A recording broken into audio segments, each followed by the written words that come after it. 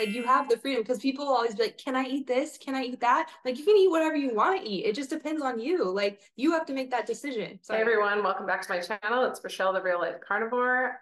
Really excited to present this guest to you today. She is a carnivore mom to be, so this is going to be very exciting. This conversation is going to be in depth, and I look forward to sharing this interview with you. If you haven't done so already, please don't hesitate to like and subscribe. You can click the little notification bell and be notified anytime I upload a new video. This is a part of the Carnivore Mama series, so make sure you watch the other videos that I've uploaded. Drop me a comment, let me know where you're tuning in from, and let's dive in. And without further ado, I have with me today Miss Jess Randall. She is a meat-based mama to be, and I'm really excited to have this conversation with her. She lives on the other side of the world, so it's been really awesome getting to connect with her and just watching her journey. So Jess, for those who don't know who you are, please introduce yourself. Who is Jess Randall? I am Jess Randall, and I have been doing like carnivore-ish for over 4 years now. I started January 2020, and then about 2 years in, I believe, either a year or 2 years, I started posting on social media and kind of grew in popularity, and people were interested in my journey, which was really cool. Other than that, I'm a military wife. My husband's in the Army. We are currently stationed in Okinawa, Japan, but we'll be moving back to the United States in November, which is nice, hopefully, unless the Army change their plans, which sometimes they do. And then I'm also pregnant with my first pregnancy. I'm 33. My mom just informed me that I thought I was 30, turning 34. And my mom said, no, you're only turning 33. And I was like, thank goodness. So I'll be turning 33 in August. And my baby's due in August. And so far, I've been like meat-based, carnivore-ish, no issues, no problems. Everything's been going great. I don't know, it feels kind of funny like talking about my life, because like literally I have like nothing to complain about, and I feel like it's kind of hard for people to relate to that. They like want someone to complain about something with them, but like I love my life, and I really think a lot of that has to do with like carnivore, which sounds so stupid, but it really did like change my life so much. Oh my gosh. Okay. Well, obviously I have a million questions. You're a military wife. You live in Okinawa, Japan. You've been a carnivore for almost 4 years. Well, meat-based carnivore, almost 4 years. Your mom had to remind you that you're 33 and not 34. You're due in August, and your birthday is in August. I was due in December. My birthday was also in December. So my baby and I share a birth month. But okay, first of all, congratulations on your pregnancy. This is very, very exciting. Um, what got you into carnivore? Let's just start there with the foundation. Okay, so um I always struggled with my weight all throughout basically my life. Not when I was like a toddler and like a small child, but like once you start hitting puberty and stuff like that, like around sixth grade is when I started getting acne, and kind of just you can see my pictures of when I was a kid, and I was like this cute little blonde child. I looked like my mom thought I looked like Alice in Wonderland. And then all of a sudden, excuse me, all of a sudden I just like blow up and just get chubby. And then that year that I got chubby, I decided to also chop off all my hair, which was a horrible move. So I'm like all of a sudden become this chubby girl with really short hair, and started getting made fun of and stuff. Like a bunch of boys called me helmet head, which I Oh did my look like I gosh. was wearing a helmet on my head, so it was apropos. But yeah, I just I got acne, I got fat, and I kind of since then just struggled with my weight. And I had chronic constipation, which was awful. I would go to the bathroom for 20 years of my life. I was going to the bathroom like once every like couple of weeks, not just like once a week. It was like Oh once my every gosh. couple of weeks. Um, so that was horrible. I would not wish that on anyone.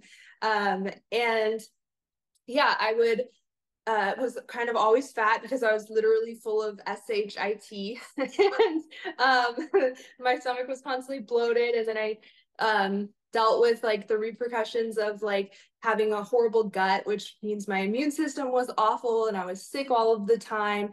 And my mental health was absolute trash. I hated myself. I was incredibly insecure because I was the fat girl with acne. So I kind of had to develop a personality instead of just relying on being like the skinny, cute girl. And then, yeah, so we were married. My husband and I were married, and I was just kind of dealing with all that stuff still, like gut issues, really horrible mental issues. I had really bad like mood disorder. Like I never got diagnosed. Sorry, I never got diagnosed with anything, but I would be like really happy, really sad, really happy, really sad. And it would be within like matters of hours that my mood would just drastically change. And like the littlest thing would set me off and make me unreasonably angry. And then with my weight, I would like kill myself in the gym. I was going to the gym like 6 days a week, doing tons of cardio, tons of weightlifting. I was like tracking my calories, making sure I wasn't going over a certain amount. I don't remember exactly what I set my like goal amount to each day. So I was tracking my calories and I just couldn't lose weight unless I literally like starved myself. And then I would lose weight, but that wasn't sustainable. So I would gain the weight. Sorry, I would gain the weight back and then I would lose it and gain it and lose it. And it was just this like awful roller coaster, no stability, just like no stability in my mood, no stability in my weight. Like, and I thought that because that's how my life was for so long, I kind of thought that's the cards that I'd been dealt and that's the way my life was going to be. And my husband, being much smarter than me, started to actually like research things like that could actually help me because I would go to the doctors a lot growing up and they would just give me like antibiotics when I would get sick or tell me to eat more fiber to go to the bathroom, and dermatologists would just give me like pills and creams. Like I was put on Accutane and birth control for my acne and nothing ever helped, so I stopped trusting doctors. So I was like, this is just how life is. And then my husband, eventually he found carnivore. Long story, sorry. Eventually he found carnivore. He found the Joe Rogan, Sean Baker podcast. And he said, hey, I listened to this. It sounds like a lot of things that you can relate to.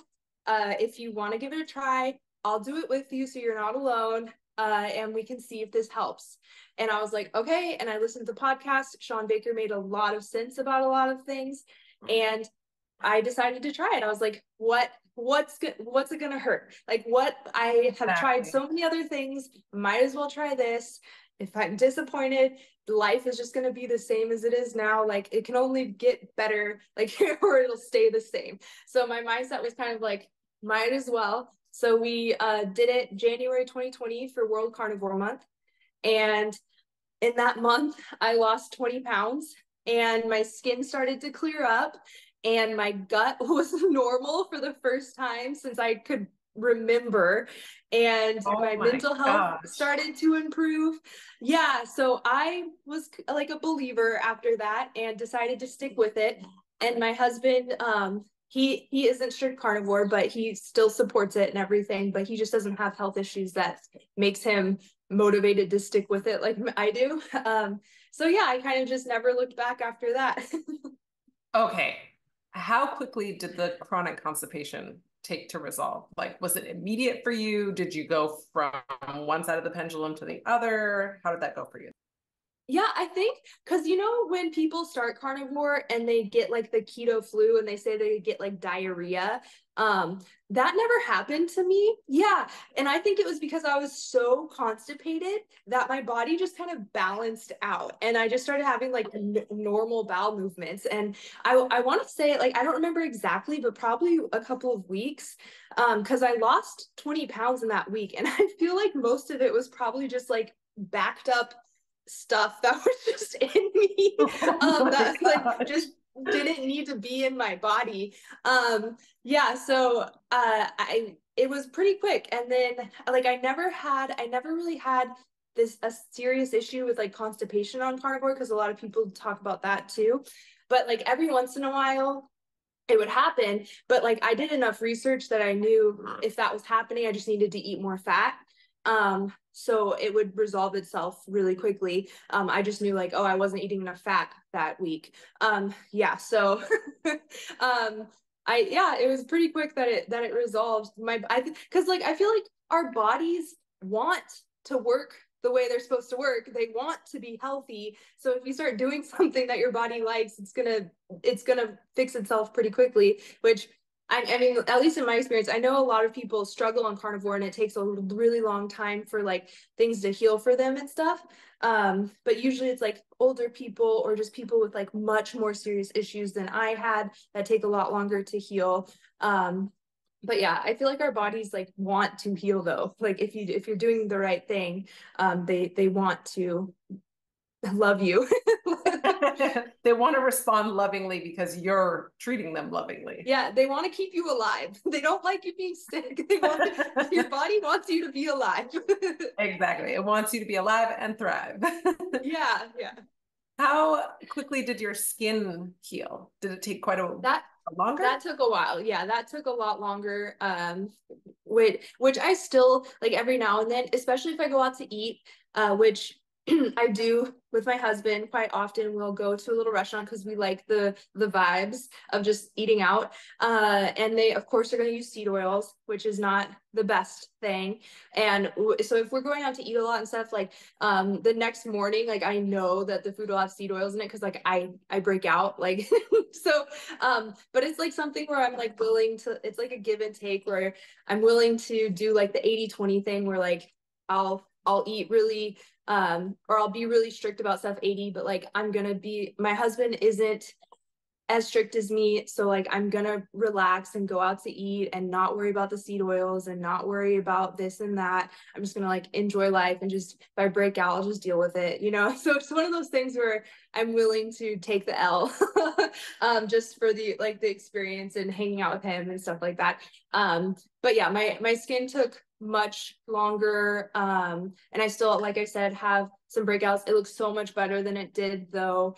And I don't really have like active like constant breakouts on my skin anymore, but that would probably be like a year. It took like a year for my skin to start looking better. And then the diet wasn't the only thing I did. I also stopped using a bunch of those like chemical face washes and stuff like that. And that helped a lot too. Because I was just relying on the diet and it helped. But then when I started just using like beef tallow and just like, or just water on my face, that helped a lot too.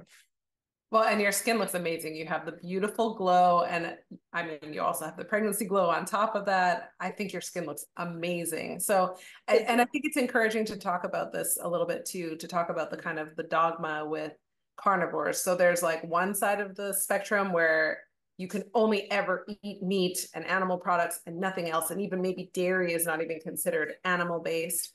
And then there's the other side, like I like to call it the Paul Saladino side, where they keep a little bit of fruit and honey in or something like that. Do you find that you kind of go back and forth between the two? Do you have some days that are more heavily meat-based or include more fruit? Or like what's kind of your go-to? Yeah, I mean, I don't really have non-carnivore things like heavily incorporated into my diet, but if it's like every once in a while, like I have no problem eating something that's non-carnivore.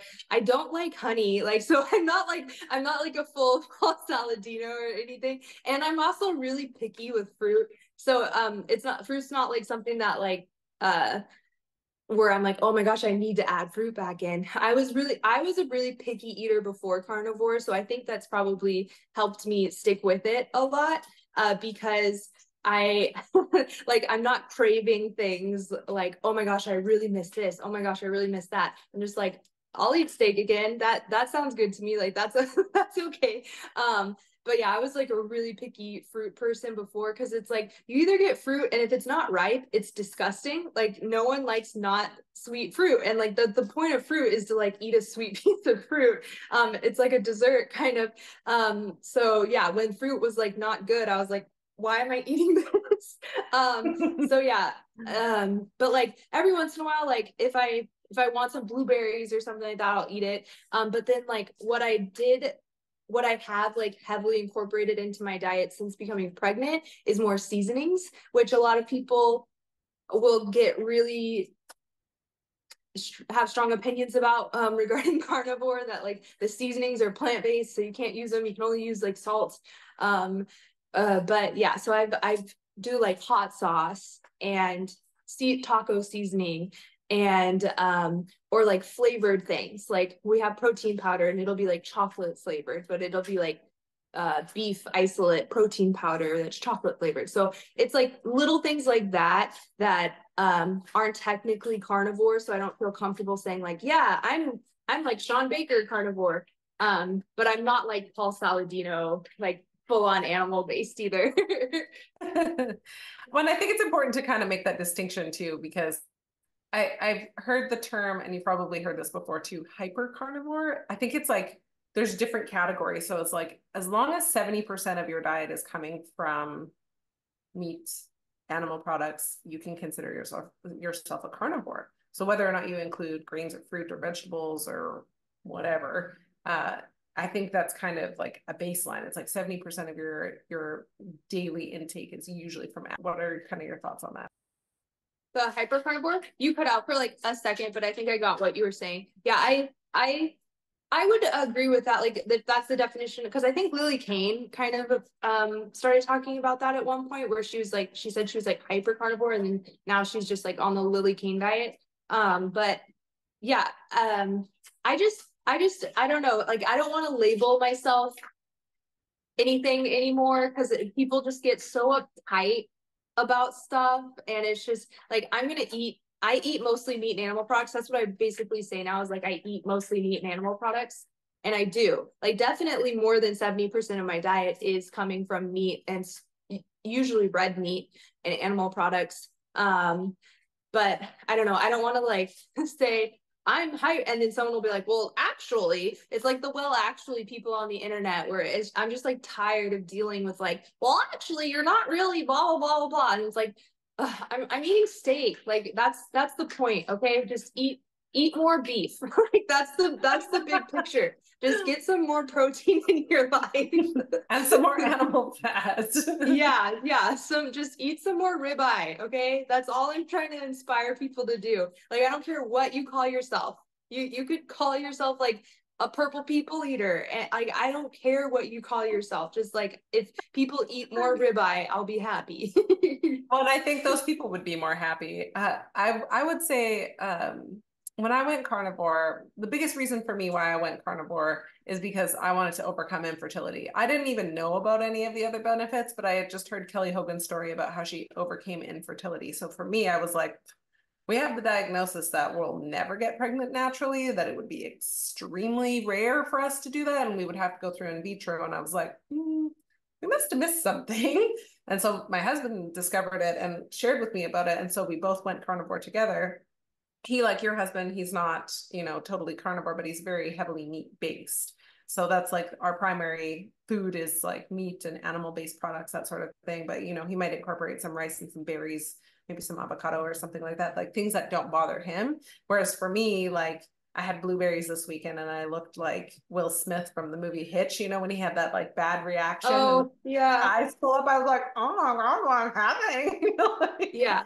And I think that's important. know. Yeah, that's important too. Like if something gives you a reaction, like don't eat it. But if it's not and you want it, then like you have the freedom, because people will always be like, can I eat this? Can I eat that? Like you can eat whatever you want to eat. It just depends on you. Like you have to make that decision. Sorry, I didn't mean to interrupt you. No, that's okay. And I think people need to stop asking for permission and start experimenting. N equals 1. Do your own experiment. So try lion diet if you want to, or try just doing all ribeyes or whatever, like whatever you define as meat based, try that, and then try reintroducing things and see how your body responds. I had never known that I had an issue with blueberries prior to this weekend.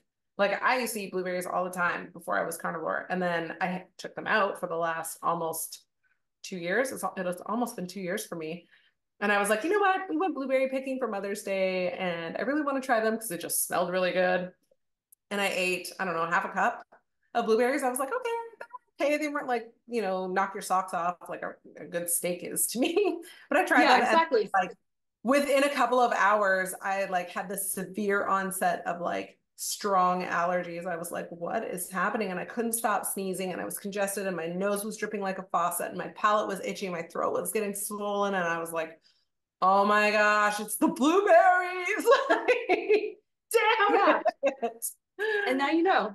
Yeah, like I can't do garlic. Like garlic is will make me feel bloated and gross after I eat it. But I can do like other seasonings and stuff and feel fine. But like yeah, if I have too much garlic, it's one of those things that I'm like, oh, I should not have eaten that. And I just feel gross afterward. So it's and everyone's Yeah, well, different. Like and everyone has different sensitivities. And so I love that you said people need to stop asking for permission because it's one of like it is one of the most frustrating things because like I'm not a coach. I don't have any sort of coaching services or any sort of like group that people have to like pay for to like get access to me or anything like that. Like I'm literally just a person documenting what I'm doing and hopefully like inspiring other people to just like eat more ribeye like what I was saying. it's very simple. But and it's just like people will be like, well, how many calories do you eat? How many macros do you eat? Can you eat this? Do you eat this? Do you eat this? And I'm like, what I do has nothing to do with you. Like, I understand that you're curious, and I'm sharing my story and stuff, but like, I don't need to get into that amount of detail, for you because it's not going to impact you at all. We have completely different health issues. We have completely different stories. You need to figure that out on your own. Like, if you can't give up alcohol and you want to drink alcohol on the weekends, that's a decision you're going to have to make. Just like I made the decision that I'm willing to take the L and go out to eat with my husband, and whatever repercussions happen, they happen because I like to spend time with him. And I'm not going to be like, no, I'm on this diet. I'm going to choose to just spend time with him. So and everyone's different. Some people can't do that. And like some people with food addictions, they have to be much more strict with themselves because if they eat like one thing, they'll start eating more and more and more, and then eventually are like way off track, and that's not me. I never struggled with food addiction.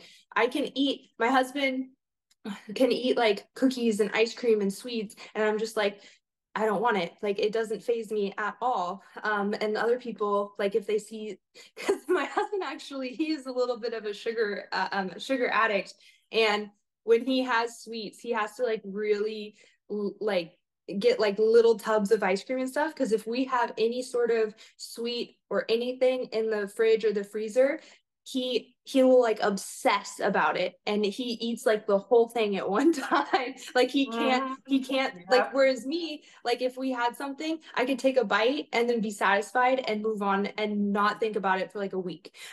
Where he'll be like obsessing, like I need to eat that, that's in the freezer, oh my gosh, I'm gonna eat that, and can't get it out of his head. So Oh he my has to gosh. like be really like sensible about like the stuff that he buys, or he'll just like go overboard. But he's young and fit, so it's not really affecting him as much as like it might someone else. And with his job, he has to like stay active and stuff. But like I think when he gets older and it starts like affecting him more, he'll take it more seriously. But right now he's just he'll just eat the sweets. But yeah, I don't know, I went off on a rabbit trail. I'm That's sorry. okay.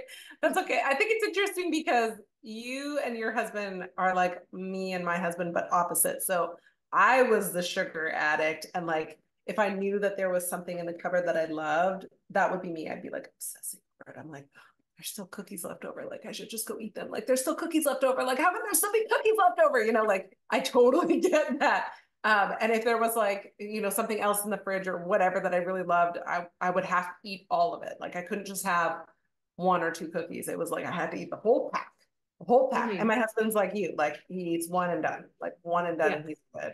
So interesting to me. So Yeah, interesting I to think me. that's such an interesting aspect of like humanity, and just people who struggle with like food addiction and people who don't. I think it's such an interesting like study that could be done of just like people's how their brains are wired and why I'm like this, why my husband's like that, like it's I think the psychology and stuff behind it is so interesting. Can we talk a little bit about your carnivore pregnancy? How have you been feeling? Were you surprised? Yeah, it wasn't planned, is if that's your question. Me and my husband, actually this month, he's in Qatar right now, so he's not even here, but this month will be our 8-year anniversary. So we've been married for 8 years, and after I was put on birth control for my acne in high school, I absolutely hated it. It made me gain like 10 pounds and didn't even help my acne, made me even more moody. So I was like, I'm not taking this, I'm getting off of this, put me on something else. So ever since I tried to do, or I got put on birth control and hated it, I never went on birth control again. So we've been married for 8 years, never used any sort of birth control. And then the point of me saying this is that I really think this diet helped me get pregnant, because we've been like married for like 4 years before I even started carnivore. And then he was in Indonesia. No, where was he? He was somewhere. The Philippines. Oh my gosh, I don't even remember. Pregnancy brain maybe. But he got deployed somewhere, and for six months, and we were in Okinawa.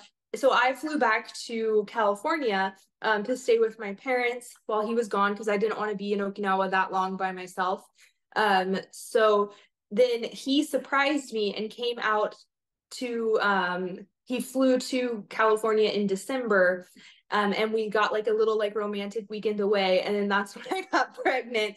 But yeah, I really think this diet helped me get pregnant, because we never used birth control or anything, and I never even had like a pregnancy scare for 4 years of our being married. And then this was like the first time I ever was like, am I pregnant? It was the first time I ever took a pregnancy test in my life.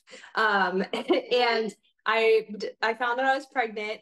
And then I flew back to Okinawa, and and now we're going to be here. I'm going to have the baby here, and then we'll be going back to the United States in November. But yeah, so I'm such a, I go all over the place. I'm telling you things you don't even ask about. That's fine. But It's fine. It's good. Yeah, so when I found out I was pregnant, I decided to like loosen up a lot on carnivore and just not stress about it, because like before I was pregnant, I was like I was a lot more strict, and I could be though, because but then when I found out I was pregnant, I was like, I'm just gonna enjoy it. I don't want to like put like myself into this box. Like if I'm really craving, because I expected to like start craving things, and I was like, if I'm really craving this, I'm not gonna like say no to myself while I'm pregnant. I'm just gonna like eat it. Not like I'm eating really horrible things, but like if I'm craving like some fruit or something like that, I'm just gonna eat it. I'm not gonna like say no to myself. So that was kind of my plan going in when I found out. And so when I first found out I was pregnant, I just got like really, really hungry. I never really had weird cravings, like never had weird cravings. I don't need to say never really, but like flat out period, never have had weird cravings. But I did get, and I never had morning sickness. Not even a day, not even a day of morning sickness. But the only thing that did happen, especially in the first trimester and a little into the second, was that I got an aversion to fat, like the smell of fatty meat cooking. And there was one time when my husband was making ground beef, because that's all that we had, and just the smell of the ground beef cooking made me like, that doesn't smell good. I'm not going to eat that. So then when that started happening, I just started eating more lean meat. Like I ate a lot of tuna salad stuff. Like I'd put like eggs in it, and some pickles and some mustard, and a lot of chicken wings, and a lot more leaner meat, and adding butter on stuff. So sorry. So yeah, I loosened up a lot when I first got pregnant. I never had weird cravings, never had any issues. Everything's going smoothly. The hardest part about pregnancy so far for me is just gaining weight and feeling fat. Like it's really, really hard for me to feel fat. I think because that was like one of my biggest insecurities for so long, and I overcame it. And for like 4 years, I kept the weight off with like ease. And then now I'm like gaining weight back, and my mind is just like, when I look at myself in the mirror, I'm just like, oh, you're fat again, which is totally a me problem. Yeah, but I totally understand that just comes with pregnancy. But like my baby bump isn't really like, doesn't really look like a legit baby bump. It kind of just looks like I overeat pasta. I just so like I'm really insecure. Like when I go out in public, I'm like, I'm pregnant. I'm pregnant. This is You have to announce a pregnant it. belly. Yeah, I don't actually like announce it, but like in my head, I'm like, I hope people know I'm pregnant. Like, so that's one of my insecurities still, of like being fat, which is probably not healthy, but I mean, hey, that's what's happening. Well, and I want to encourage you around that. So when I got pregnant, I was my heaviest weight ever. I was 192 pounds and I'm 5'7", but I was a size 8. So I was like, okay, like I'm like very muscular. I had to put on some fat in order for me to get pregnant. But I will say, I gained a total of 21 pounds during my pregnancy. And within the first 9 days, I lost all of it and then some postpartum. Oh, wow. Like, Okay. and I didn't do anything different. I didn't fast. I didn't eat anything less. Cause let me just say, when your milk comes in, you'll know, and you'll be starving. Like you think you're hungry when you're pregnant. You're way more hungry when you're breastfeeding. Okay. So I just want to encourage you around that the weight will most likely just melt right back off of you. And like you seem like you have a really great physique still. Like your arms are still very toned. Like have you maintained a workout regime? You said that you used to work out, like kill yourself in the gym. Did you still keep working out when you became carnivore and into your pregnancy? When I was carnivore, yeah, I worked out still, not as hard though. I found that I didn't need to work out as hard to maintain the physique that carnivore allowed me to have. So it was more of just like I worked out pretty consistently, maybe like 4 to 5 days a week. And then I would like do cardio, sometimes do weightlifting. It was more of like what I felt like doing, I would do. I didn't have like a strict regimen around my workouts, and I was able to maintain like the body that I got, that I felt like I should have had my whole life instead of being like fat. But when I got pregnant, I was like, I'm just gonna chill. Like everything, I was just like, I'm gonna enjoy it. I'm gonna chill. I have never really been around anyone that's pregnant in my life. Like my sister is like 8 years older than me, and I don't really have cousins that are around my age. None of my friends were ever really like pregnant, or anything like around me at least. So I didn't have any expectations. I had no clue what was gonna happen or anything. So I was like, I'm just gonna go with the flow. I'm not gonna force anything. I'm not gonna put any like restrictions on myself. I'm not gonna like go crazy with workouts. So in the beginning, I still was like a little active. And I would go to the gym every once in a while, and then I started getting like really tired. um, and then when that hit to where like I would have to start taking like naps in the middle of the day, I was kind of like, I'm not feeling the gym. And then like the insecurity also made me not want to go to the gym, because like I just felt like I was fat at the gym. So then I would just like let my husband go without me and stuff. So no, I haven't done like much like any sort of like activity or anything during this pregnancy. And I'm okay with that. Like I can jump back into it when I give birth. But like I'm very much like a go with your feelings type of person, of like I'm not like a data driven person, or like a regimen, like I don't count my macros, I don't track anything, I don't like, I just like, I eat when I'm hungry, I stop when I'm full. If I feel like working out, I will. If I don't, I won't. Like I don't put a lot of pressure on myself to like follow a certain program or anything like that, if that makes sense. So yeah, I'm perfectly fine with like not working out right now because I don't want to. So I'm okay with it. Nothing wrong with that. And then when I want to, I will. Like, so as I'm very much like a, when I want to do it, I will. When I don't want to do it, I won't. And I'm not going to stress about it person.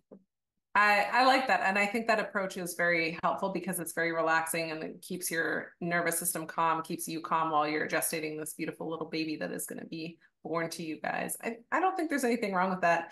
I was kind of disappointed when I couldn't work out as much because as a former national athlete, I would work out 6 to 7 days a week and like hard, like every day, all day in the gym because, I just wanted to maintain my vanity and my physique. Yeah. And carnivore kind of like flipped a switch for me because like you, I hit that wall where I was going into fat adaptation and I was just exhausted. I was like, I just can't keep up with this. And then when I got pregnant, my energy stayed fairly good. I think I probably napped in my first trimester maybe half a dozen times. Like I didn't really feel like I needed to nap, but I did have to slow down on my workouts because I had some old injuries that decided to rear their ugly heads because as you know, when you're gestating a baby, the relaxin hormone relaxes all of your ligaments and tissues to make room for that.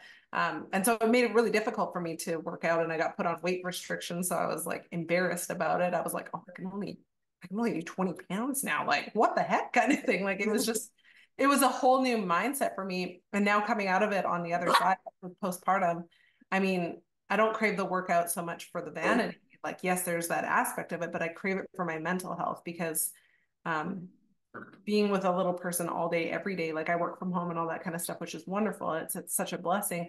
But sometimes I just need that like 15, 20 minutes where I can like get a dopamine hit. And I usually get that from exercise, whether that be, running up and down our driveway or like going on the rebounder or something, or just like squatting 10 sets of 10, just something to just kind of like stimulate my system and make me feel like I'm doing something. But maybe I kind of like that you have that mindset and that ability where you're like, if I want to do it, I'll do it. If I don't want to do it, I don't have to.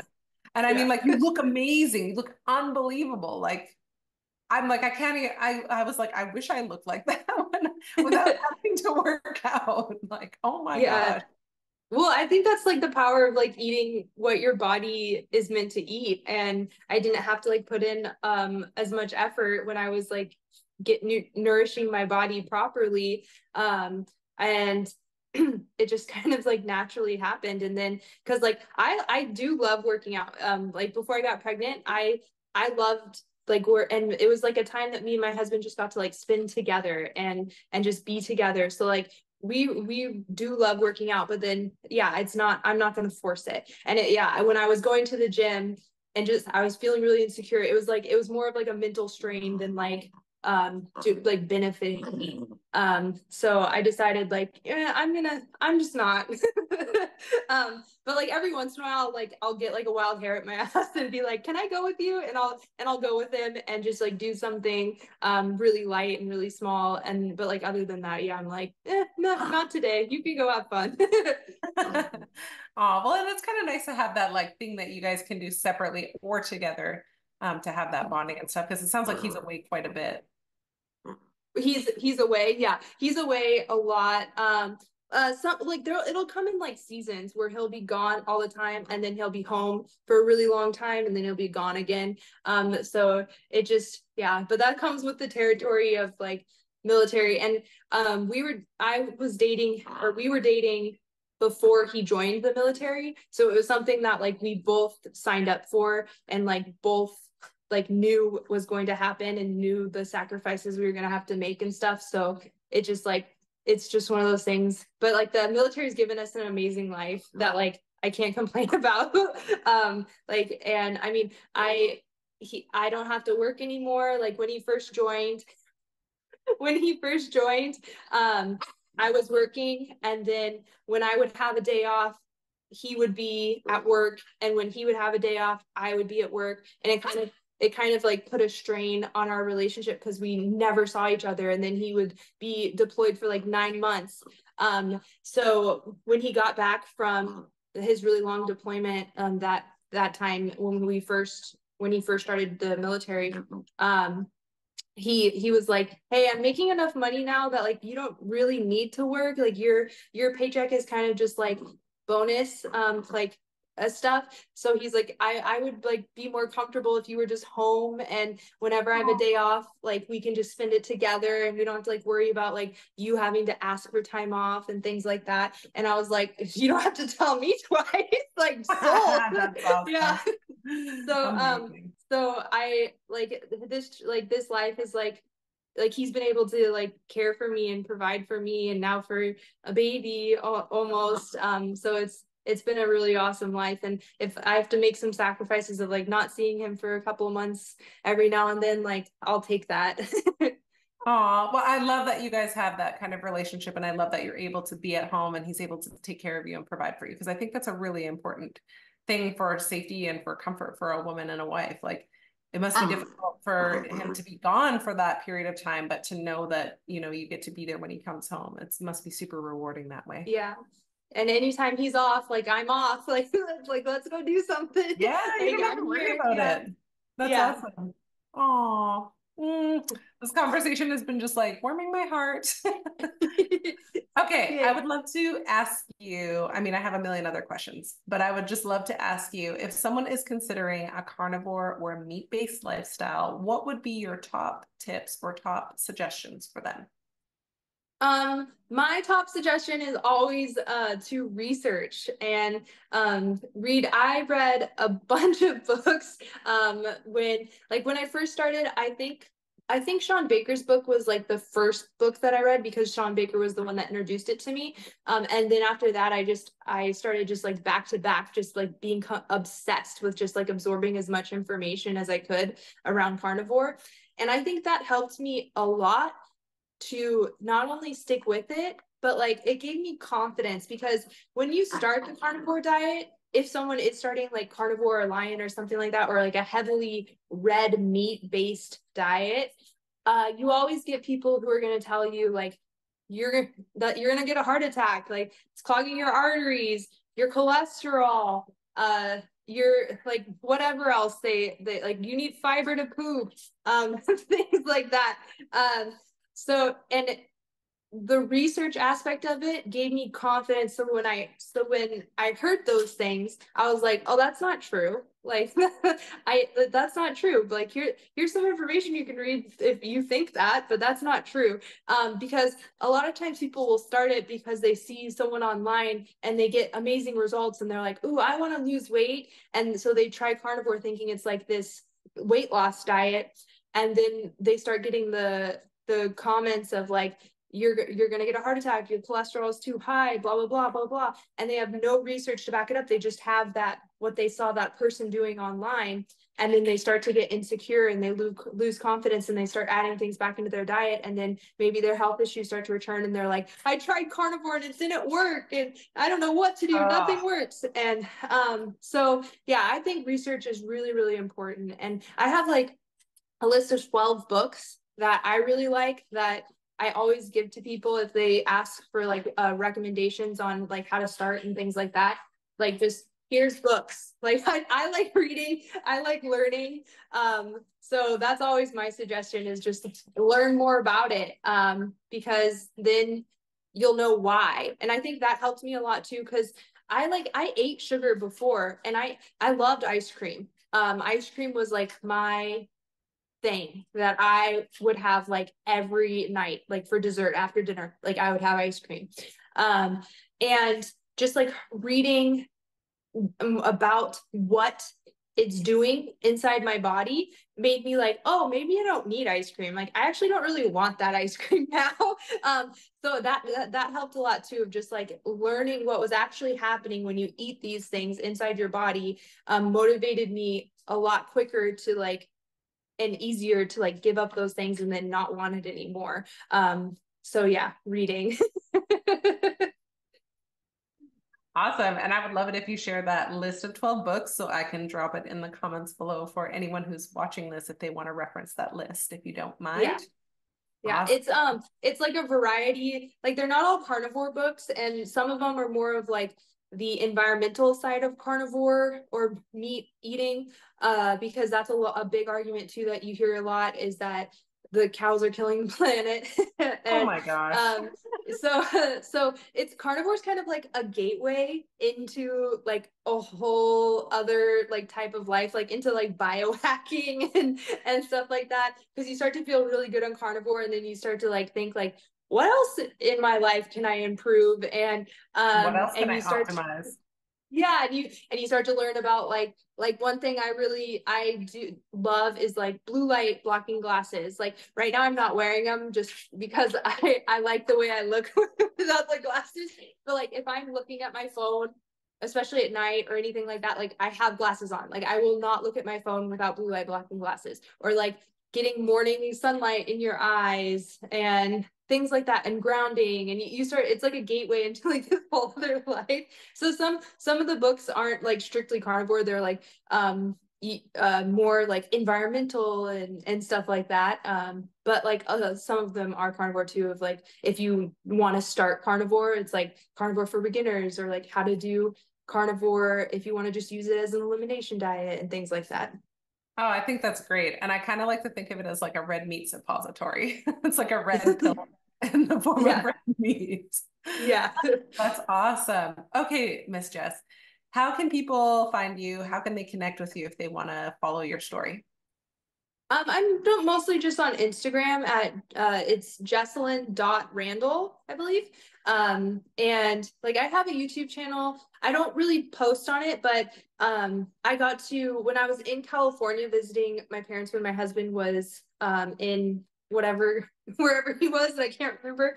Um uh I got to like do a little road trip around the United States and visit a lot of like small farms and interview them and see how they care for their animals and their process and stuff like that. So I have those videos on my YouTube, just for like if people are interested in like the environmental aspect of it, of carnivore, if you're at that level. Is because like there's like levels of carnivore where like you just do the intro, you just do carnivore and you start it, and then you start researching it, and then you start learning about like the environment, and then you start learning about like biohacking, and then you start learning about like being crunchy. So like if you're at the All the things. environmental, yeah, if you're at the environmental level of it, you get those videos.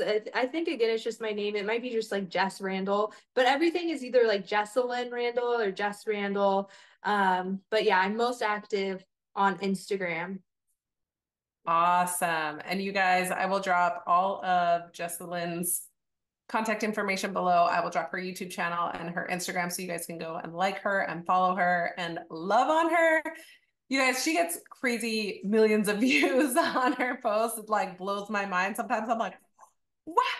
5 million views? It's amazing. Yeah. She's doing amazing things. She's sharing truth and information, and I just want you guys to go and support her. So, Jesselyn, thank you so much for being my guest today. It's been a treat and an honor to have you here. And yeah, if there's anything I could do for you, please don't hesitate to ask. Okay, thank you. Thanks for having me. This was fun. You're welcome. It was such a pleasure. Thank you. Thanks for putting up with my dog. Thanks so much for tuning in, you guys. This is Rochelle, the Real Life Carnivore, signing out. I will drop all of Jess's contact information below. You guys can follow her on Instagram and on YouTube to keep up with her story. Drop her some comments and some likes. And thanks for watching. Let me know what part of this interview stood out to you the most. And comment below where you're tuning in from. Have a great rest of your day. Bye for now.